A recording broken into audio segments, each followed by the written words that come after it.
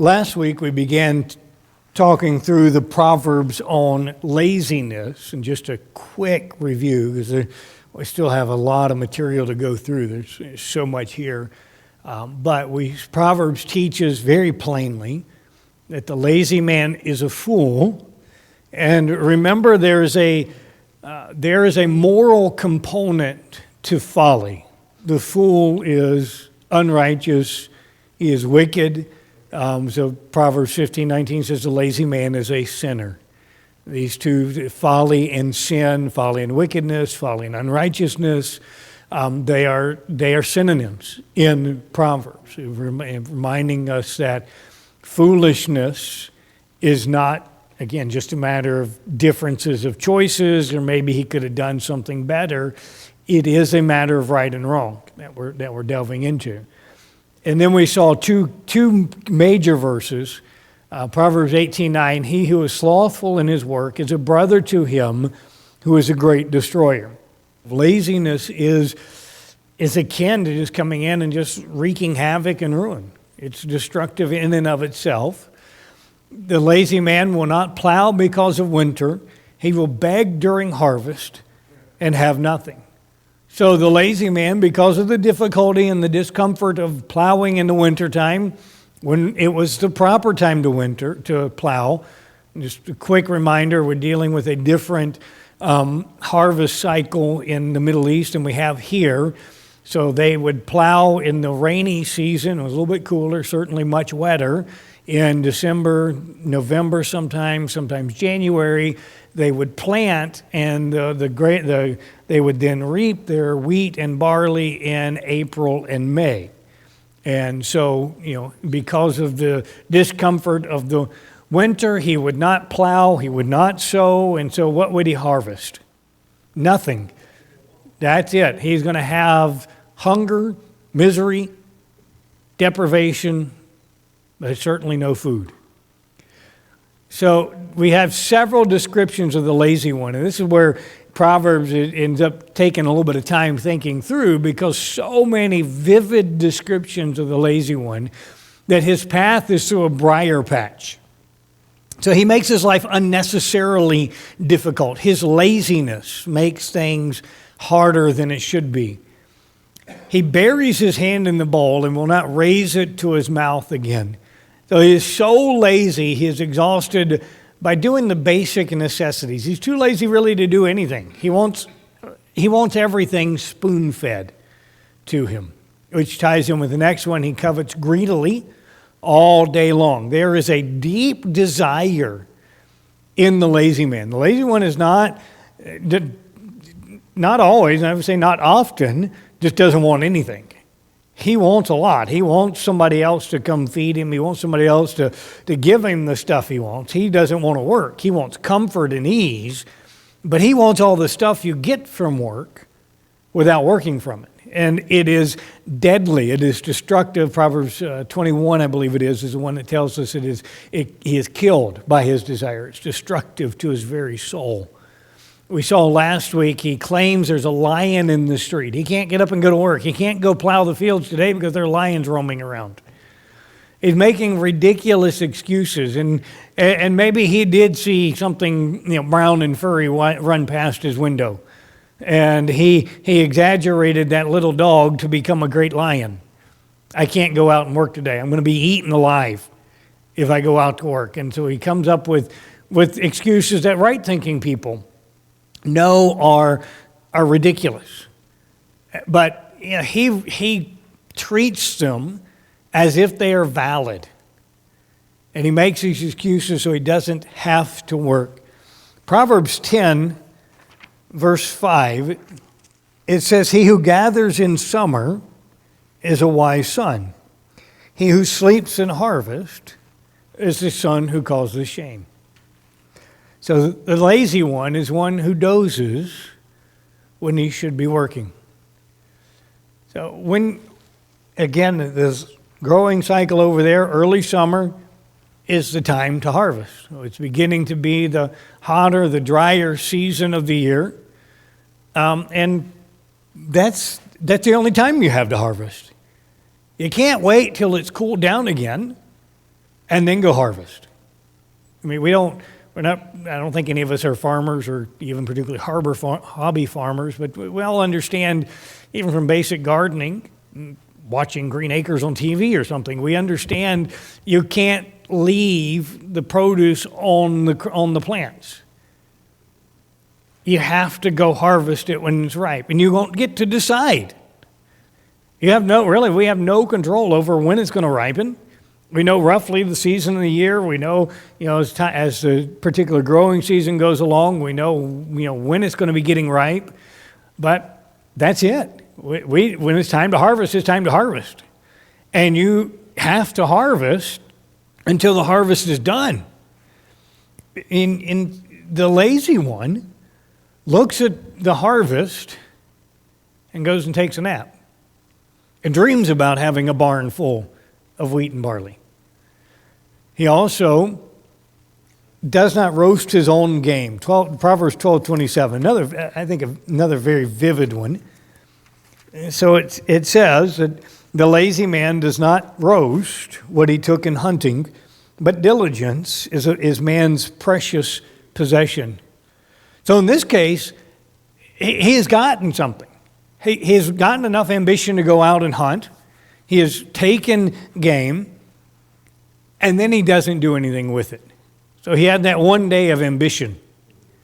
And maybe you've met people like this. They have this one day where they're full of gumption. They get up and go, and they go do, and then whatever they started just lies there and goes to waste. And that's what he's doing. Not roasting his game. It's not that he's wrapped it up in wax paper and put it in the freezer. In an arid, dry climate, warmer climate like the Middle East, if you don't roast your meat, how long is it going to last?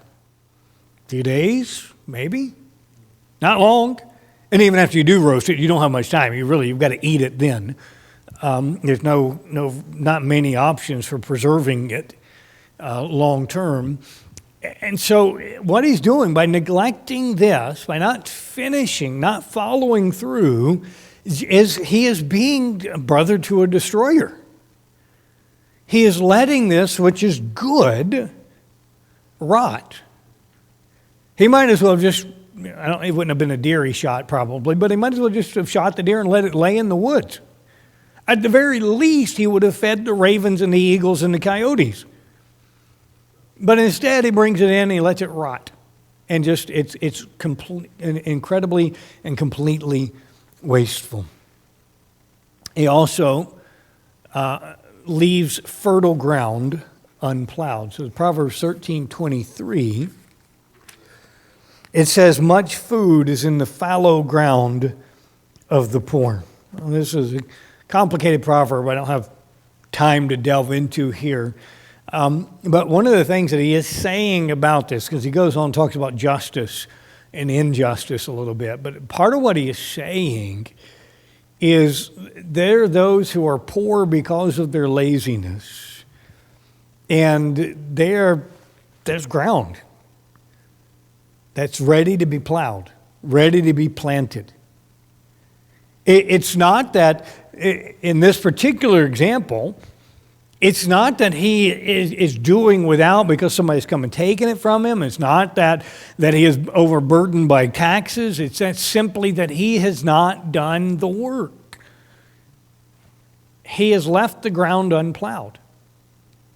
And as a result,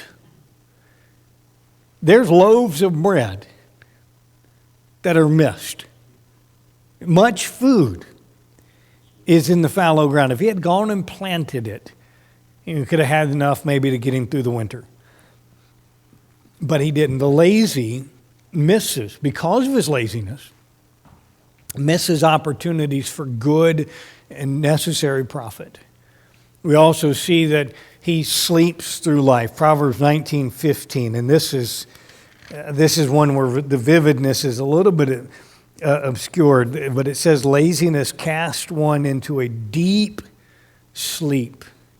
I chose the word stupor because it's not just the idea of just sleeping well, but really it's almost comatose. he is so deep in his sleep that you can't wake him up.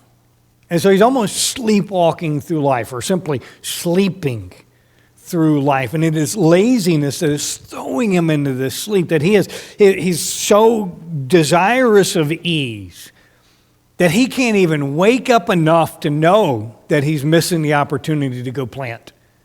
He can't even wake up enough to know that he's hungry because he didn't reap in the harvest. He says it's just a little sleep here, but part of what this is he does not start a task. Just 5 more minutes. How many times does he hit the snooze that morning? That's part of that idea. He's not going to start anything because he just wants a little bit more rest.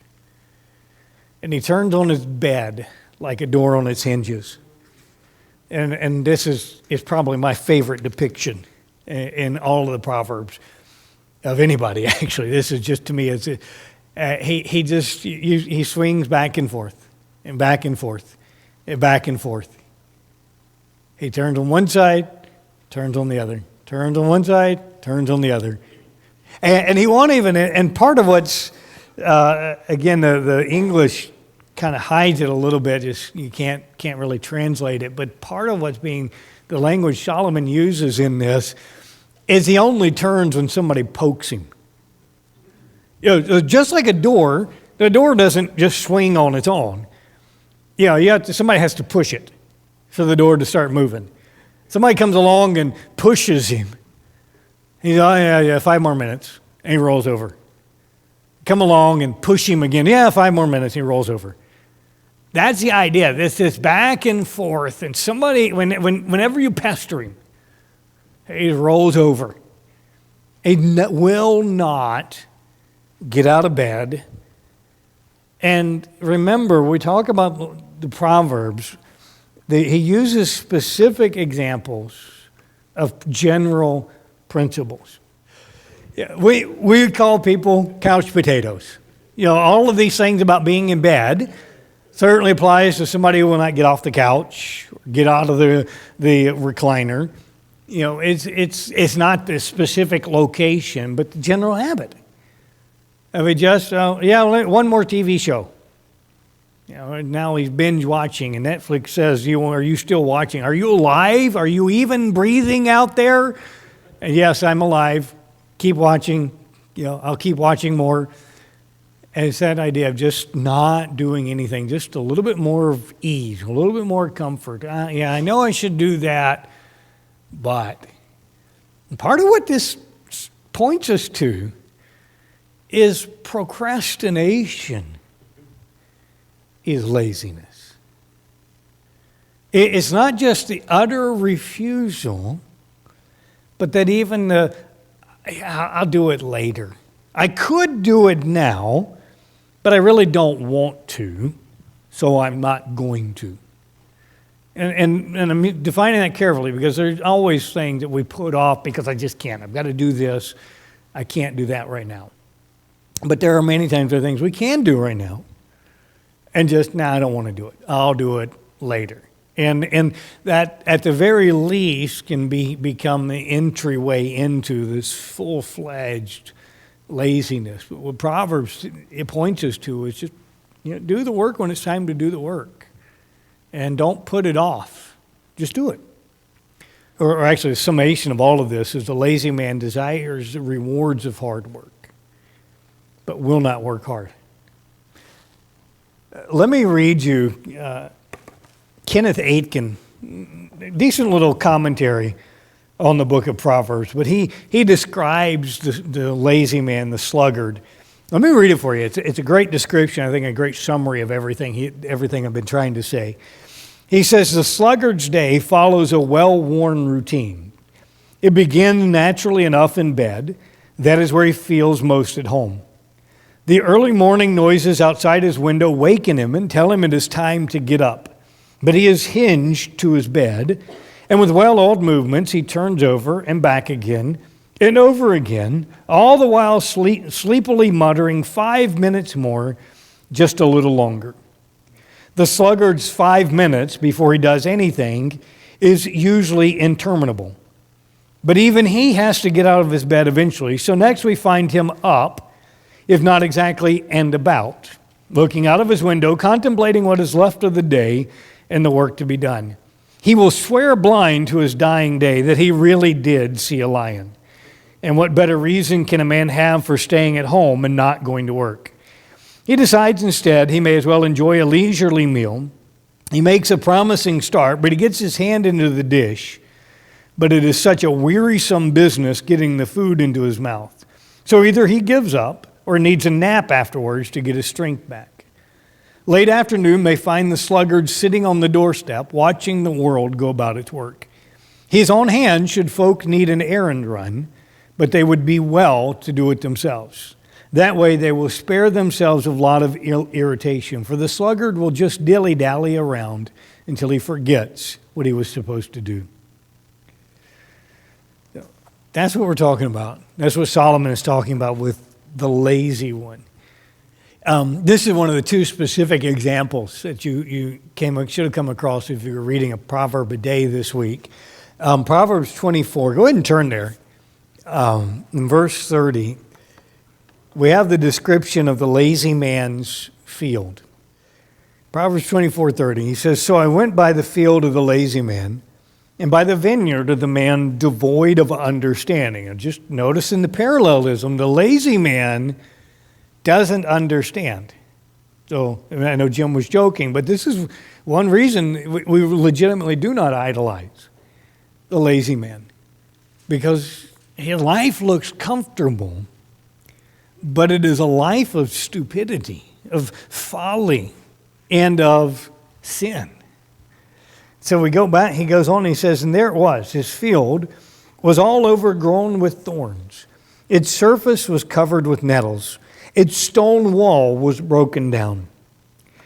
When I saw it, I considered it well. I looked on it and received instruction. A little sleep, a little slumber, a little folding of the hands to rest. So shall your poverty come like a prowler, and your need like an armed man." So he says, particularly in verse 31, he's describing first the field. It's covered with thorns. It's covered with nettles. You're not going to grow anything in that. We know that's a neglected field. The vineyards were surrounded by walls, protecting them from both human and animal marauders coming in and attacking and taking the produce from it. So the wall that was its defense is broken down. So the field and the vineyard of the lazy is neglected. It's unpleasant. You know this. You drive through and you see somebody's yard, their house is completely uncared for. It looks like it's falling apart. Their yard is completely neglected, not been mowed, it looks like in years. And, nobody's ever weeded the flower beds. It's just completely left to grow on its own. And nobody drives by and says, "Boy, that's a really nice place. I wish I had a yard that looked like that." Most people drive by and say, "I wish he would mow his grass," especially his neighbors. It's unpleasant. It is unprofitable. How much fruit do you get out of a thorn bush? None. What about nettles? Is there any fruit in a nettle? No, they're unprofitable. There's certainly, and you're not going to grow wheat and barley there. You're not going to grow anything worthwhile because it's completely overrun with all of these things. And ultimately, it is dilapidated. It's falling apart. What should be and could be nice is just falling apart. So we do have to deal with the thorns and the nettles. You think about it. If you can picture this guy's field at this point in time that Solomon describes it, completely covered with thorns and nettles, the walls broken down. It's going to be a lot of work to get that into a usable condition. And the lazy man's certainly going to be looking at this and saying, "Oh, that's too much work. I can't." It might very well might say, "I can't do that by myself. I need help."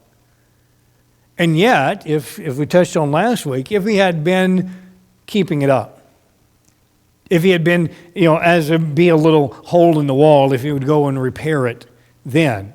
If every season he would plow it and then, of course, weed it during the course of the year. It's manageable. It's still work, but it's manageable. One person can care for this.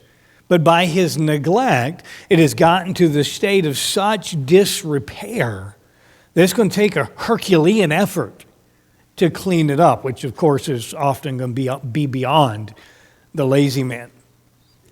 But look back at verse 30, and you see, he says, I went by the field. So this is not Solomon's field, in this case it's an anonymous wise man, I should say.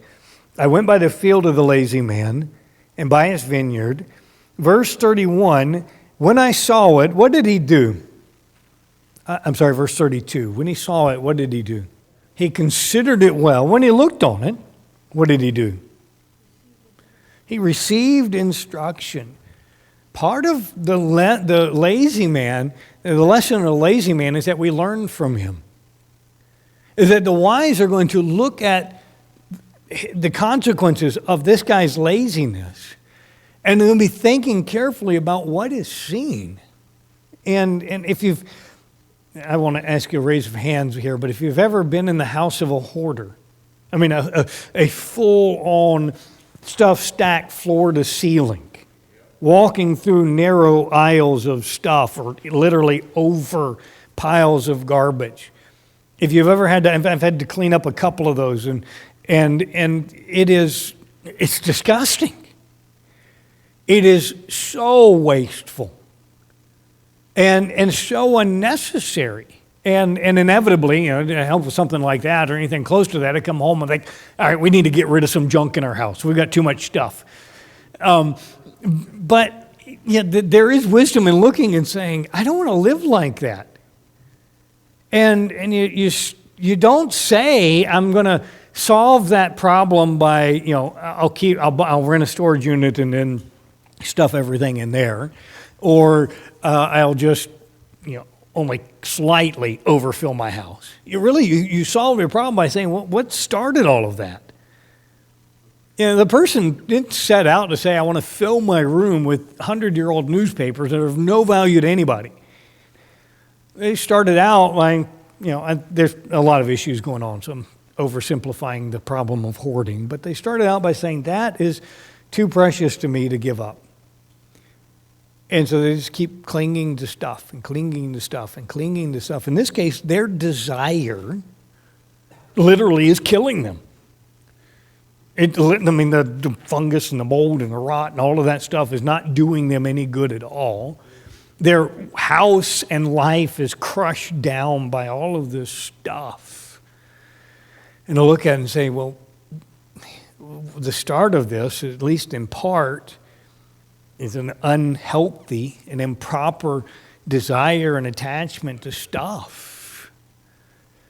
I need to hold my stuff a little bit more loosely. I need to recognize that, if I'm having to, if I've got a room that I don't go into anymore, I need to clean it up.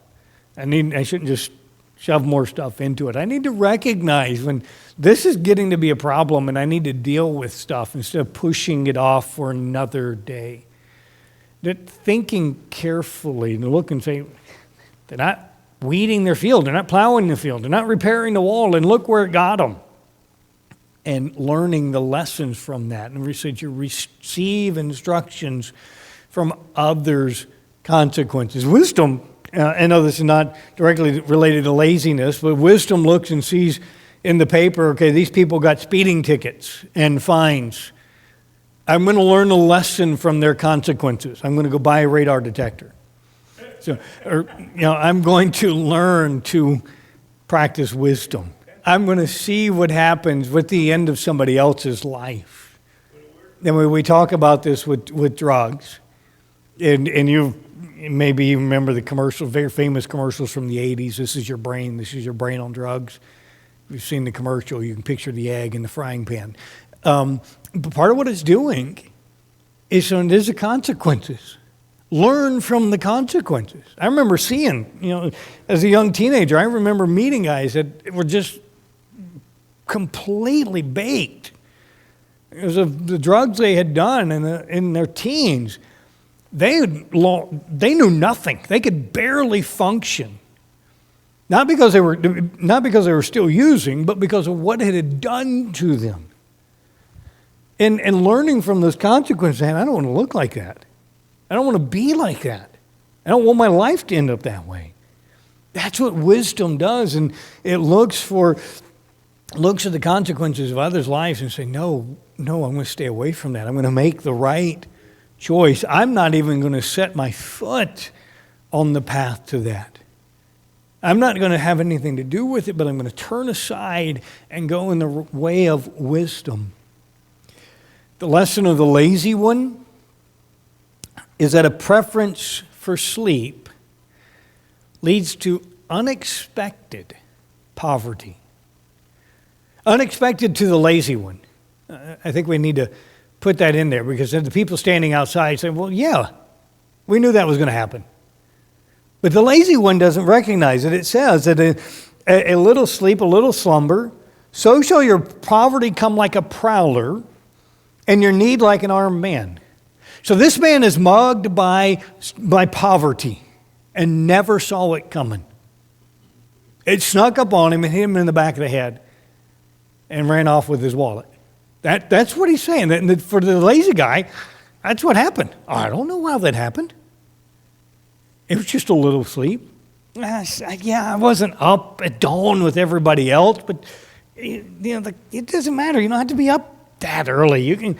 And he just, again, he got all the excuses of, plow I had taken into the shop, and they were getting the point sharpened on it. My horse is, or not my horse, but my ox has got rickets or something. I don't even know what diseases oxes have. So my ox wasn't working. I had to send him into the shop to get a wheel replaced. And, all of these things all these reasons and excuses that lead just to neglect, ruin, and poverty. And it leads ultimately, and really it's restating the same thing, but making it more pointed. It is a harmful need. Okay, a prowler may come in, sneak in the house, steal everything, and run, never know he's there. An armed man, he is at the very least threatening violence. And those in this culture probably would have done violence.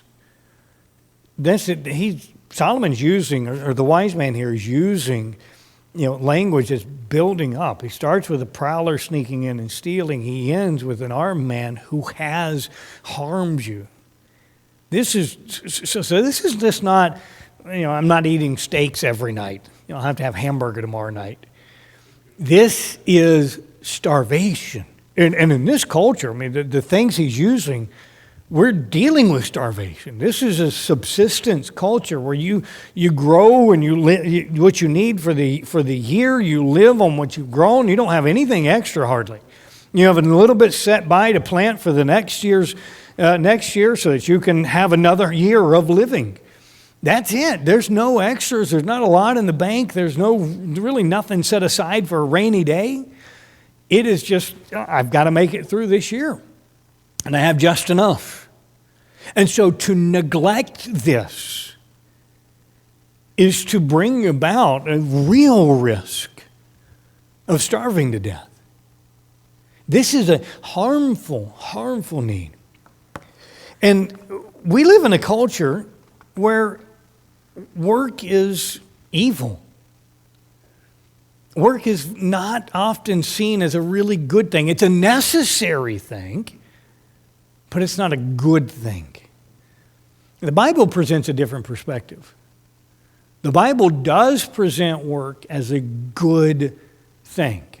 It has been cursed so that it's not as pleasant as it could be, as it was for Adam and Eve. And so Proverbs teaches work is difficult, but it is of a great benefit.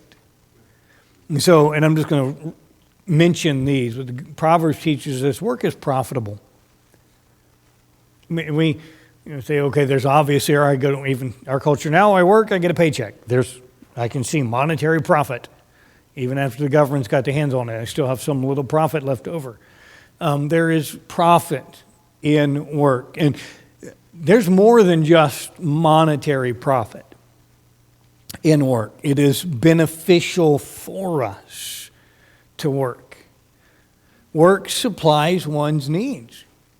So that God has created the world that work is the means by which our needs are supplied.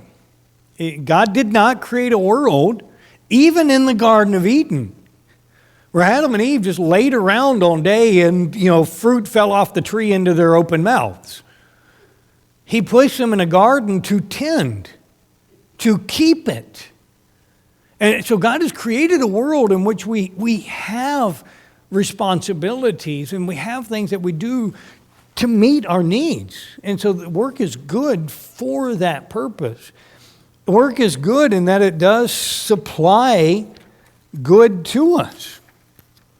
And so he says, Proverbs 12:14, a man will be satisfied with good by the fruit of his mouth, and the recompense of a man's hands will be rendered to him.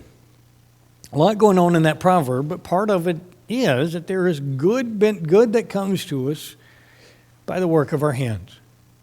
So it's not just the bare necessities, it's not just the basics, but that even in this subsistence type culture, Solomon is saying that there's good, and we do have good things come to us by work. There's more than just bread and water, but that God gives to us these other things which gladden the heart of man. Work leads to prosperity, and certainly in this culture, hard work was essential to prosperity. Unless you were the son of a king, hard work was essential to any kind of financial prosperity. Proverbs 13:4 says, the soul of a lazy man desires and has nothing, but the soul of the diligent shall be made rich. I'll remind us, general Proverbs are principles. These are not absolute promises. So we cannot say that Proverbs promises if you're diligent, you work hard at your job, you will be wealthy. But there is certainly a general trajectory. So that if you work hard, if you do your job well, if you're diligent about it, and that word diligent, it pops up a lot in this context of work and laziness. And the Hebrew word is actually a little bit confusing in this context because it's just sharp. Like a knife edge is sharp, or the point of a plow is sharp. And so, the soul of the sharp, he who's sharp will be made rich. It doesn't have the, if you will, immediate, I see what he's saying. The gist of what he's driving at, though, is the one who is, and I'm skipping steps, so if you want me to flesh this out further, see me later, and I'll walk through how I got here. But the gist of what he's saying is the one who really is just focused in on doing this to the best of his ability. The one he's locked in on his target, and he's going to do this. That's the diligent. The one that says, that's the task. I have a goal, I'm getting it. And whatever it takes to get there, I'm going to do it. And so in the context of work, the one who says, here's the job, I'm going to do the job. I'm going to do it with the best of my ability, and I'm going to stay on track until the job is finished.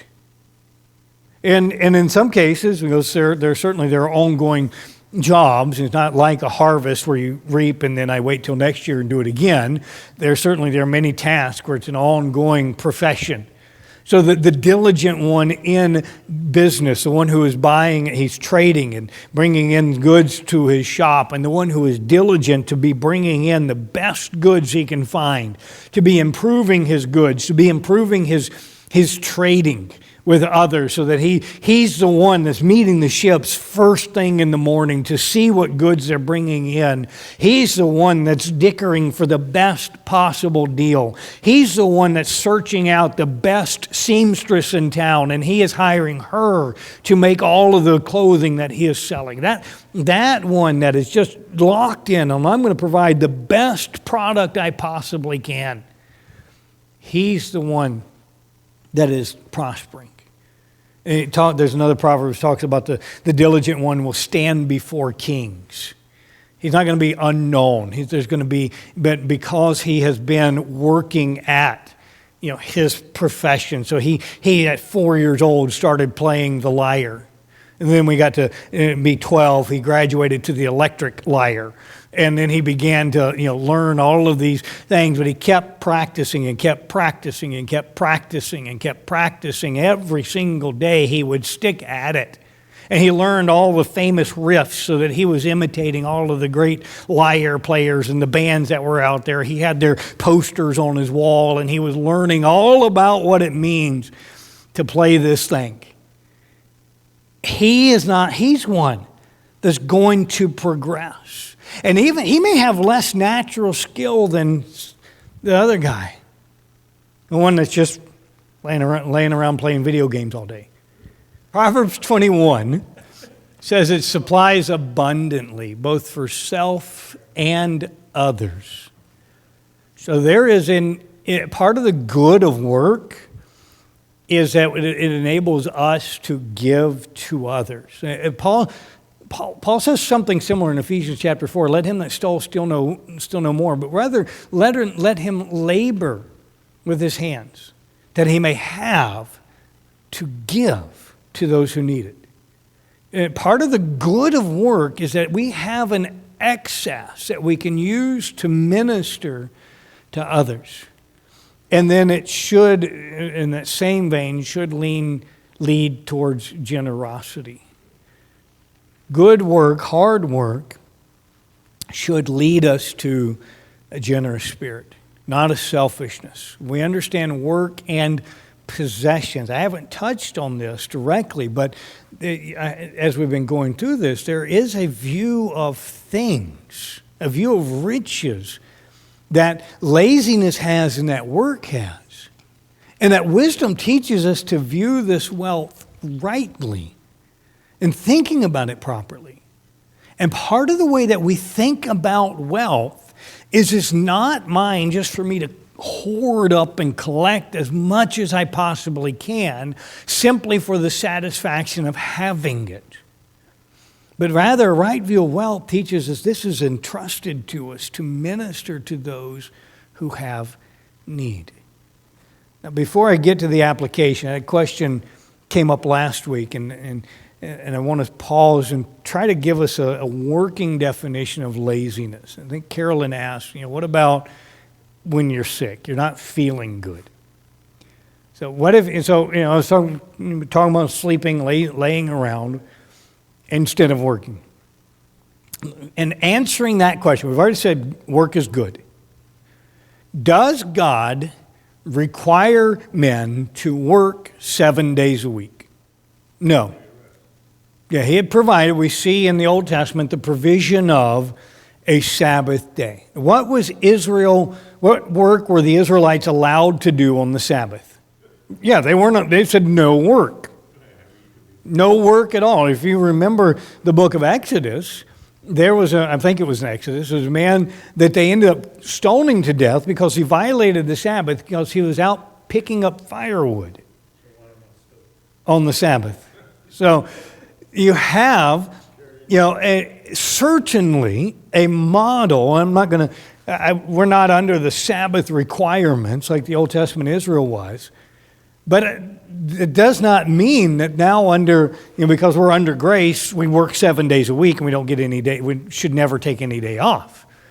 So we absolutely have both the model of God himself, which sets the pattern for the Sabbath rest, is that there is a right and proper time to not work. And so the application of Proverbs to work is not work 7 days a week, never take a break until you die. The application, a right application of this is work when you should be working, rest when you should be resting. And so when we come to things like sickness, is it lazy to say, I'm sick? No. I mean, I would say that's a simple answer is no, it's not. There are certainly times in our lives where we say, I'm sick, I don't feel like, but I have to go. There's things that just have to be done, and sometimes you can't avoid it. You can't put it off another day. But is it wrong to say I'm calling in sick to work today because I'm actually sick? No. If it's a legitimate physical sickness, and it's proper to take that day and not work. And some of that comes back to a definition of laziness. So as we think of what laziness is, I would say first, laziness is a habit of life. It's a pattern. Now, to remind us, Proverbs warns us about just even setting foot on the path of folly.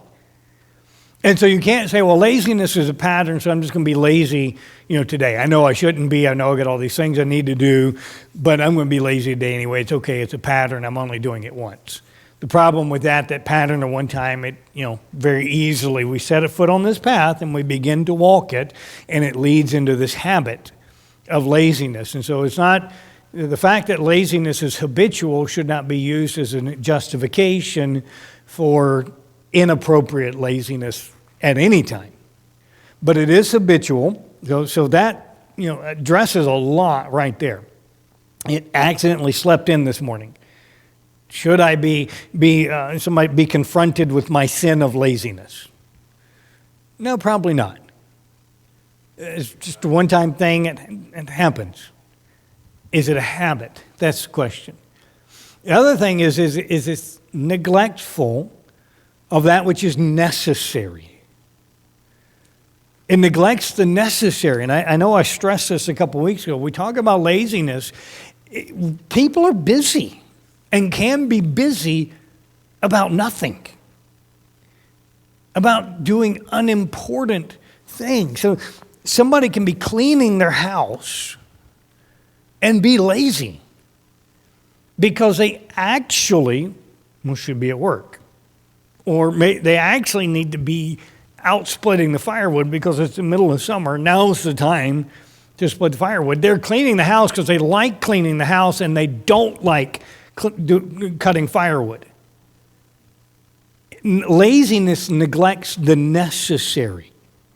It finds something else to do or some reason it can't do what it needs to do.